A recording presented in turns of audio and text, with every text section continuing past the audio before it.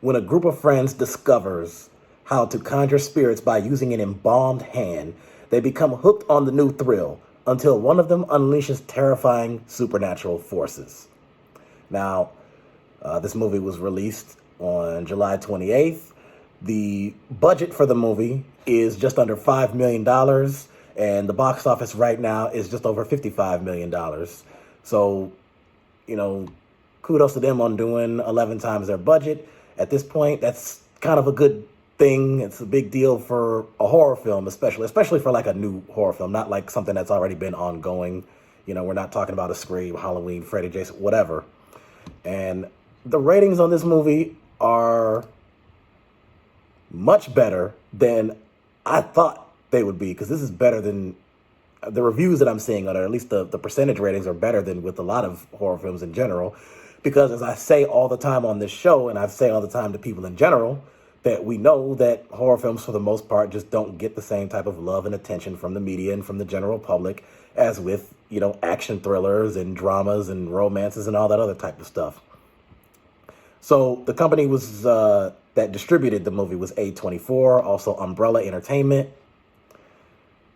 Google users, we have an average rating of 61 to 72%.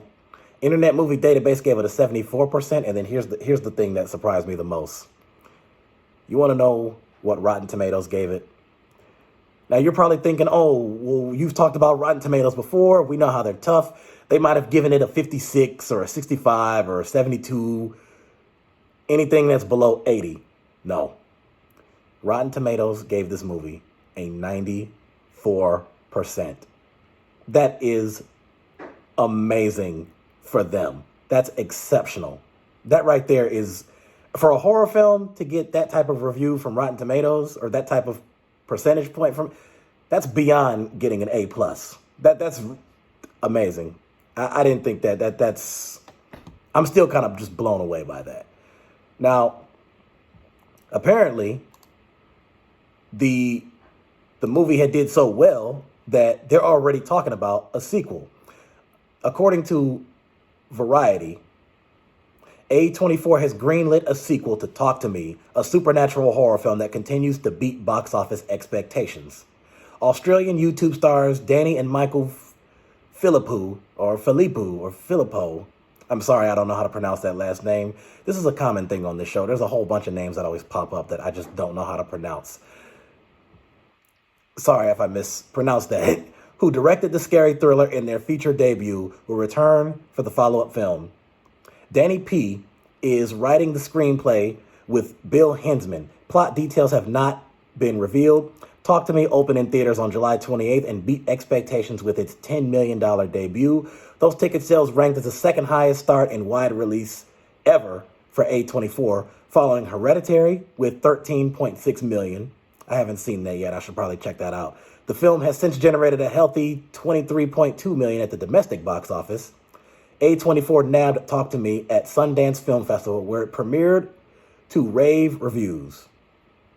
The studio then screened the movie at San Diego Comic-Con to generate hype ahead of opening weekend. Wow, San Diego Comic-Con. See, I never thought they'd play a movie like that there. That's another shock right there. I mean, you learn new things every day, don't you? Every day you learn something new. The plot follows a friend group who discovers how to conjure spirits, which is all fun and games until one of them unleashes a horrifying supernatural force. Sophie Wilde, Alexandra Jensen, Joe Bird, Miranda Otto, they star in this film. Reviews and word of mouth helped the terrifying Talk to Me break out at the box office. The Washington Post praised the film, writing, "There's nothing revolutionary about the premise of naive idiots attempting to get closer to death, but it's the ingenious combination of horror and human." I'm sorry, I can't really talk today. I don't know what's going on. Combination of horror and human connection that makes Talk to Me, well, something to talk about. Something to talk about. Now let's get into some of the Google reviews for this. Positive reviews say, honestly, there are a lot of misconceptions going around about this film being compared to other all-time great indie horror films such as Midsummer, The Witch, and Hereditary. This is not a good example of comparison. You should really not compare any of these, as all A24 horror is spread out differently amongst ridiculously talented filmmakers. This person also, okay, they got like 10 paragraphs here, but I'm just going to go through the keys of this. What I'm here to tell you, it is better than all of the above in terms of actual scare factor. Now, I didn't see the other ones yet, so I don't know if I agree or disagree with that just yet. I'd have to look at the others, then determine how much I agree with that. But again, it's still not to say it's not a legitimate opinion. This is the best horror of 2023, which also being the scariest A24 film to date. I think this is really the only A24 film that I've seen to date. As far as the best horror of 2023, I'm sorry, I might dispute that with a few of them. I mean, you got Evil Dead Rise, you got Scream 6, but just throwing that out there.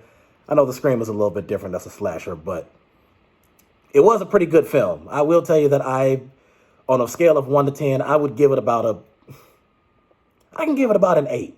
I can give it about an 8. And so I think that it's worth it. And I think that anybody who is a fan of horror, I think this is a good watch. It's still available in theaters to watch. Go check it out if you can. Go check it out. Get a day free or a weekend, whatever. Get some friends. Go see it. This one has 10 paragraphs. I'm not going to go through all of that. This person here gave it a 4 out of 5 stars. Says, I was pleasantly surprised by this YouTuber-made horror thriller movie. I know a lot of people were saying it was somewhat predictable or frustrating, to be honest. I think they delivered on what was promised. It was a little scary. It was relatable. It had shock value for sure. This movie was made with very good quality and had a lot of suspense. I won't spoil too much, but people in these reviews are saying the main character was pathetic or gullible because of her actions. But I think people aren't connecting that she's a troubled teen who is easily impressionable and is grieving as well. It's understandable she experienced a sad tragedy and isn't dealing with it in a healthy way as teenagers often do. She allows things to consume her within this film. I believe at the end she realizes this, thus causing the ending resolution that we see. It's strange though, the entire movie I was holding my breath. There was a ton of gore and a lot of escalation, and then the very ending sort of fell off that roller coaster feeling. Like it was a lot of buildup and a funky, anticlimactic, fast-wrapped ending. I wish the ending was more. They could have added an extra 10 minutes to the end to give us that last bit of scare. Instead, it just ends abruptly and places the main character into limbo and a state of confusion. There was no closure with any other characters. We didn't even end up seeing what happened to the main character's body itself. We just saw her spirit and conscious step into limbo. Other than that, this was definitely a suspenseful movie, and I hope they continue to make more movies and improve upon their skills here. Okay, I think that was very well worded, and I think that what she said there for the most part is pretty accurate. Let's see. I'm sure there's some negative reviews on this because it's a horror film, so we know all horror films have at least one negative review. All horror films do. That's a fact. It doesn't matter what you name. The slashers that I always talk about, of course, they have it. That's a given. I'm sure you're going to get, I think I talked about this in another video, the negative reviews on like Evil Dead Rise or Case 39 or just any of the others, just any of them really. It Follows. I'm sure they got some on the ones they listed, Hereditary, whatever. This person said, absolutely hated it. No idea why this is getting so many good reviews. I really wanted to give YouTubers doing their featured debut the benefit of the doubt, but I'm so tired of these same teenage trope movies in current horror movies. As soon as the sideman appeared in the cameo, it just felt like YouTubers doing a horror film. People calling this the best horror of 2023 just shows how poor the horror landscape in cinema is nowadays. It is nowhere near the level of Hereditary. There we go. See? I know they're trying to appeal to Gen Z, but it's just the same old feeling. Music choices that just takes you out of any form of tension. Why can't someone make a good old scary movie without any comedic tropes or witty one-liners? The only good bits were just a straight ripoff of Hereditary. Again, I have to see Hereditary, so I don't know. One person's saying that you can compare it to Hereditary, and they're saying this is better than Hereditary. The other says, oh, this is worse than that. Or I got to watch Hereditary. I have to check that out. Anybody who's seen it, just put in the comment section, hey, tell me what you think of it. And also tell me what you think of this movie if you see it. I watch a lot of horror films. I give every movie a chance to gain my attention. And I try to be open-minded. I can honestly tell you, I don't know what Rotten Tomatoes was thinking. I went in expecting a great horror movie, and it was a huge letdown. Okay, so this is where I halfway agree with you about the part about not knowing what Rotten Tomatoes was thinking. Because Rotten Tomatoes is known for not giving high ratings to a lot of movies, even that go outside of the horror realm. So because when you talk about the other movies that I listed that I had seen earlier this year, I think Rotten Tomatoes gave them on average, at best, percentages like in the 70s, 70, 75. Some of it was all right. They said 60 to 65 or even below. They gave this movie a 94. In that regard, I don't know what they're thinking, but that's me saying it in a good way. Of course, not this person saying it is, I don't know what they were thinking because they were stupid, whatever. That's that perspective. But I'm saying that I'm surprised that they even came this high at all. I'm surprised they went past 80% for a horror film. But you know what? Again, so that's the gist of the negative reviews on it, the gist of the positive reviews on it. And I'd say that for me, for the most part, it did kind of keep me curious. I think some of the buildup took a little bit of time and some of it was a little slow.